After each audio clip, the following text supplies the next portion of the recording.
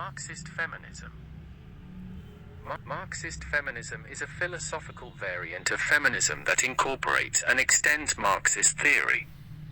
Marxist feminism analyses the ways in which women are exploited through capitalism and the individual ownership of private property. 1. According to Marxist feminists, women's liberation can only be achieved by dismantling the capitalist systems in which they contend much of women's labor is uncompensated. 2. Marxist feminists extend traditional Marxist analysis by applying it to unpaid domestic labor and sex relations. But because of its foundation in historical materialism, Marxist feminism is similar to socialist feminism and, to a greater degree, materialist feminism. Theoretical background in Marxism. Marxism follows the development of oppression and class division in the evolution of human society through the development and organization of wealth and production, and concludes the evolution of oppressive societal structure to be relative to the evolution of oppressive family structures, i.e., the normalization of oppressing the female sex marks or coincides to the birth of oppressive society in general. In The Origin of the Family, Private Property, and the State, 1884, Friedrich Engels writes about the earliest origins of the family structure, social hierarchy, and the concept of wealth, drawing from both ancient and contemporary study. He concludes that women originally had a higher social status and equal consideration in labor, and particularly, only women were sure to share a family name. As the earliest men did not even share the family name, Engels says, they did not know for sure who their children were or benefit from inheritance. 4. When agriculture first became abundant and the abundant was considered male wealth, as it was sourced from the male work environment away from the home, a deeper wish for male lineage and inheritance was founded. To achieve that wish, women were not only granted their long-sought monogamy but forced into it as part of domestic servitude, while males pursued a hushed culture of haterism. Engels describes this situation as coincidental to the beginnings of forced servitude as a dominant feature of society, leading eventually to a European culture of class oppression, where the children of the poor were expected to be servants of the rich. 4. Engels rewrites a quote in this book, by himself and Marx from 1846, "The first division of labor is that between man and woman for the propagation of children," to say first-class opposition that appears in history coincides with the development of the antagonism between man and woman in monogamous marriage, and the first-class oppression coincides with that of the female sex by the male. 4. Gender oppression is reproduced culturally and maintained through institutionalized inequality. By privileging men at the expense of women and refusing to acknowledge traditional domestic labor as equally valuable, the working class man is socialized into an oppressive structure which marginalizes the working class woman. 2. Productive, unproductive, and reproductive labor. Marx categorized labor into two categories: productive and unproductive. Productive labor is labor that creates surplus value, e.g. production of raw materials and manufacturing products. Unproductive labor does not create surplus value and may in fact be subsidized by it. This can include supervisory duties, bookkeeping, marketing, etc. Marxist feminist authors in the 1970s, such as Margaret Benston and Peggy Morton, relied heavily on analysis of productive and unproductive labor in an attempt to shift the perception of the time that consumption was the purpose of a family, presenting arguments for a state-paid wage to homemakers, and a cultural perception of the family as a productive entity. In capitalism, the work of maintaining a family has little material value, as it produces no marketable products. In Marxism, the maintenance of a family is productive, as it has a service value, and is used in the same sense as a commodity. 5. Wages for housework. Focusing on exclusion from productive labor as the most important source of female oppression, some Marxist feminists advocated for the inclusion of domestic work within the wage capitalist economy.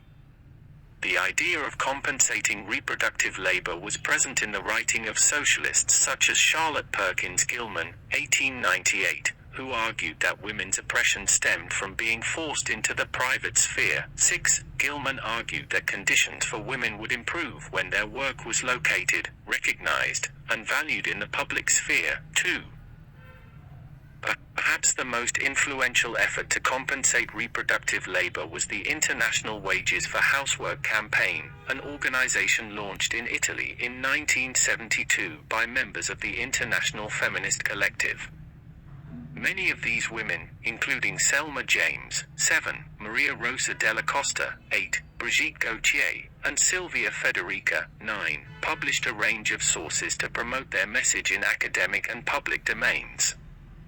Despite beginning as a small group of women in Italy, the Wages for Housework campaign was successful in mobilizing on an international level. A Wages for Housework group was founded in Brooklyn, New York, with the help of Federica. 9. As Heidi Hartmann acknowledges, 1981, the efforts of these movements, though ultimately unsuccessful, generated important discourse regarding the value of housework and its relation to the economy. 10. Domestic slavery.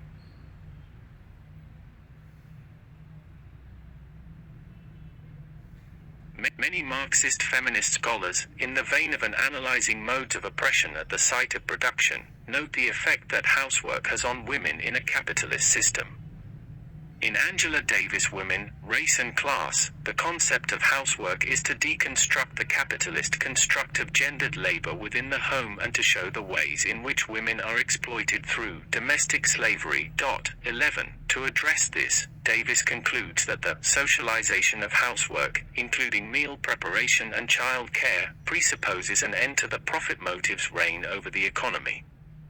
11. In this manner, domestic slavery upholds the structural inequities faced by women in all capitalist economies. Other Marxist feminists have noted the concept of domestic work for women internationally and the role it plays in buttressing global patriarchy. In Parish Chattopadhyay's response, 12, to Custer's capital accumulation and women's labor in Asian economies, Chattopadhyay notes the ways in which Custer analyzes women's labor in the garments industry in West Bengal and Bangladesh as well as in Bangladesh's agricultural sector, labor management methods of the Japanese industrial bourgeoisie and, finally, the mode of employment of the women laborers in Japanese industry. 12. In demonstrating the ways in which the domestic sphere exhibits similar gender-based exploitation of difference.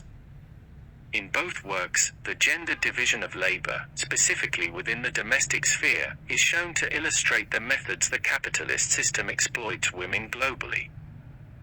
Responsibility of reproductive labor. Another solution proposed by Marxist feminists is to liberate women from their forced connection to reproductive labor. In her critique of traditional Marxist feminist movements such as the Wages for Housework campaign, Heidi Hartmann, 1981, argues that these efforts take as their question the relationship of women to the economic system, rather than that of women to men, apparently assuming the latter will be explained in their discussion of the former. 10. Hartmann believes that traditional discourse has ignored the importance of women's oppression as women, and instead focused on women's oppression as members of the capitalist system. Similarly, Gail Rubin, who has written on a range of subjects including sadomasochism, prostitution, pornography, and lesbian literature, first rose to prominence through her 1975 essay, The Traffic in Women, Notes on the Political Economy of Sex, 13, in which she coins the phrase sex-gender system, and criticizes Marxism for what she claims is its incomplete analysis of sexism under capitalism, without dismissing or dismantling Marxist fundamentals in the process. More recently, many Marxist feminists have shifted their focus to the ways in which women are now potentially in worse conditions as a result of gaining access to productive labor. Nancy Folber proposes that feminist movements begin to focus on women's subordinate status to men both in the reproductive, private, sphere, as well as in the workplace, public sphere. 14. In an interview in 2013, Sylvia Federici urges feminist movements to consider the fact that many women are now forced into productive and reproductive labor, resulting in a double day.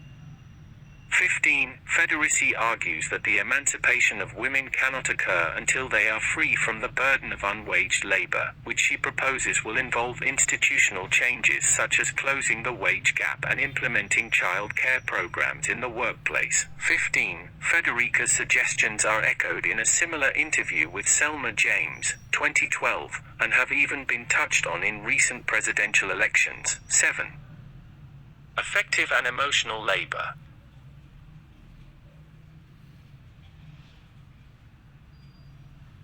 Scholars and sociologists such as Michael Hardt, 16, Antonio Negri, 16, Arlie Russell Hochschild, 17, and Shiloh Whitney, 18, discuss a new form of labor that transcends the traditional spheres of labor and which does not create product, or is biproductive. 18. Affective labor focuses on the blurred lines between personal life and economic life.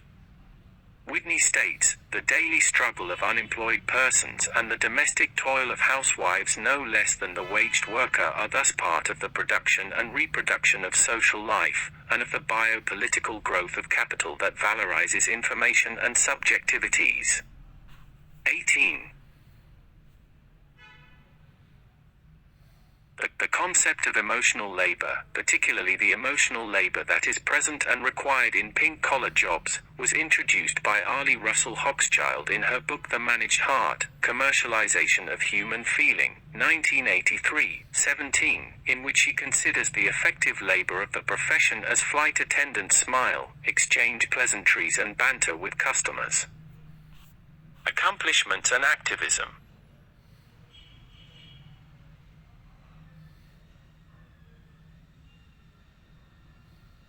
The nature of Marxist feminists and their ability to mobilize to promote social change has enabled them to engage in important activism. 22. As activist, Marxist feminists insist on developing politics that put women's oppression and liberation, class politics, anti-imperialism, anti-racism, and issues of gender identity and sexuality together at the heart of the agenda. 23. Though their advocacy often receives criticism, Marxist feminists challenge capitalism in ways that facilitate new discourse and shed light on the status of women. 10. These women throughout history have used a range of approaches in fighting hegemonic capitalism, which reflect their different views on the optimal method of achieving liberation for women. 2. 24. A few women that contributed to the development of Marxist feminism as a theory were Chizuko Ueno, Anuradha Gandhi, Claudia Jones, and Angela Davis. Chizuko Ueno is well known for being one of the first women to introduce Marxist feminism in Japan. 25. Additionally, Chizuko Ueno was also one of the primary developers of feminist theories across Japan. 25. Among other renowned Marxist feminists, their influence impacted nations such as Ukraine, India, Russia, United States, and Trinidad and Tobago. Thanks for watching. Subscribe our YouTube channel for more informative videos.